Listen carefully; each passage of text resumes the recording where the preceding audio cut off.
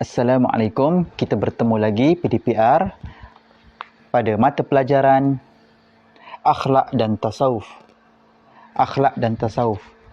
Murid-murid boleh buka kitab Akhlak pada muka surat 24. Kita akan masuk tajuk kecil kebaikan beradab ketika bermesyuarat. Kita masih di dalam tajuk adab bermesyuarat. Dan hari ini kita akan belajar kebaikan beradab ketika bermesyuarat. Sebelum tu, mari kita sama-sama membaca doa sebelum belajar. Bismillahirrahmanirrahim. Allahumma aftah alaina hikmataka wanshur alaina min khazaini rahmatika ya arhamar rahimin. Amin. Pada minggu lepas, kita telah belajar maksud mesyuarat. Apa lagi kita belajar? Maksud mesyuarat, dalil anjuran, adab sebelum bermesyuarat, adab semasa bermesyuarat. Dan sekarang kita masuk kebaikan beradab ketika bermesyuarat. Adab ni amat penting dia. Kalau kita tak jaga adab, orang tak hormat kita. Allah tidak sayang kita. Kalau kita beradab, insya-Allah semuanya sayang. Allah sayang, manusia juga sayang. Jadi kita hendaklah beradab walaupun di mana kita berada. Okey. Kebaikan beradab ketika bermesyuarat, kita baca dengan pengamalan konsep syurah. Syurah ini adalah mesyuarat. Dalam kehidupan akan mempunyai nilai tambah dan manfaat yang baik seperti berikut. Kalau kita bermesyuarat dalam kehidupan akan mempunyai nilai tambah yang baik dan manfaat yang baik. Tapi kita kena jaga adab. Apakah kebaikan yang kita dapat? 1. Mesyuarat berjalan dengan lancar. Okey, mesyuarat berjalan dengan lancar. Tak ada pergaduhan. Tak ada yang tak tahu keputusan. Semuanya berjalan dengan lancar. Yang kedua, memberi kesenangan kepada semua pihak. Semua pihak suka, semua pihak setuju dan suka dengan keputusan yang telah dibuat. Senang hati. Yang ketiga, dapat mengemukakan hujah dengan baik. Kita dapat membuka hujah, membuka hujah atau cadangan dengan baik. Kalau kita ada cadangan, kita boleh buka dengan seronok, dengan gembira. Okey, yang keempat, boleh menyelesaikan perselisihan pendapat. Kalau ada selisih pendapat ni lain, pendapat kita lain, pendapat orang ni lain, jadi kita boleh selesaikan dengan tanpa pergaduhan. Yang kelima, menyatu padukan umat Islam.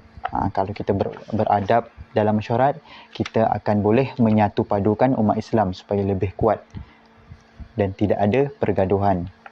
Yang keenam, dapat mewujudkan suasana aman dalam mesyuarat. Kita dalam mesyuarat tu aman je. Tak ada tengking-tengking. Tak ada gaduh-gaduh. Tak ada jerit-jerit. Itu adalah kebaikan kalau kita beradab dalam mesyuarat. Yang ketujuh, kita teruskan yang ketujuh. Terhindar daripada permusuhan.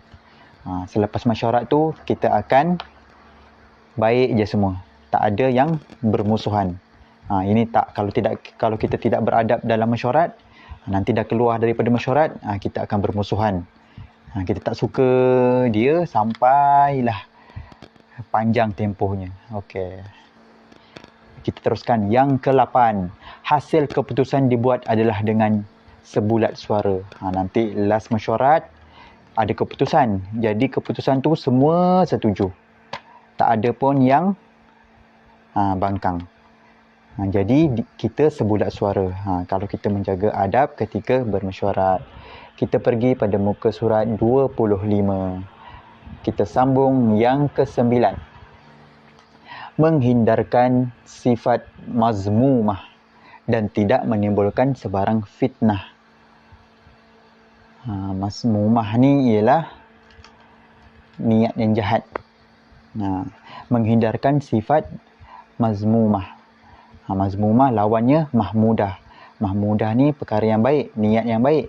Kalau mazmumah, perkara yang jahat. Menghindarkan sifat mazmumah. Kita dapat menghindarkan sifat-sifat yang buruk dan tidak menimbulkan sebarang fitnah. Tak ada fitnah di dalam mesyuarat tu kalau kita menjaga adab. Yang ke-10, mendapat keredaan Allah Subhanahu Wa Taala. Ini yang ke-10 ni yang paling penting. Kalau tak ada reda Allah, maka sia-sialah apa yang kita buat. Yang penting kita dapat keredaan Allah. Tapi untuk mendapat keredaan Allah ni bukannya suka-suka. Kita mestilah niat yang baik dan mestilah beradab dalam membuat sesuatu perkara. Okey, kita masuk pada 5.6. Sifat-sifat terpuji dalam mesyuarat. Apakah sifat-sifatnya? Mari kita pergi ke sifat-sifat terpuji dalam mesyuarat. Di antara sifat-sifat terpuji dalam pengurusan mesyuarat ialah 1. Sifat ikhlas. Mesti ada sifat ikhlas. Kalau tidak ada ikhlas, maka sia-sialah kita di sisi Allah Subhanahu Wa Taala. Kita dah buat penat-penat tapi ikhlas tak ada.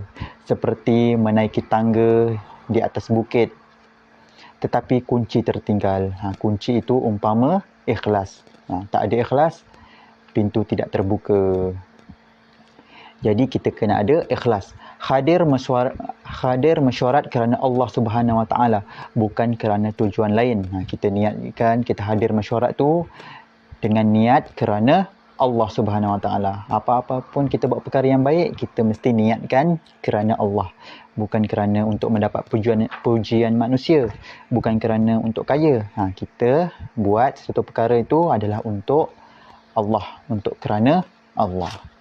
2. Sifat taat. Taat ni ialah dengar cakap. Taat ni ialah setuju. Sifat taat, bersetuju dengan hasil daripada keputusan mesyuarat tanpa mementingkan pandangan sendiri.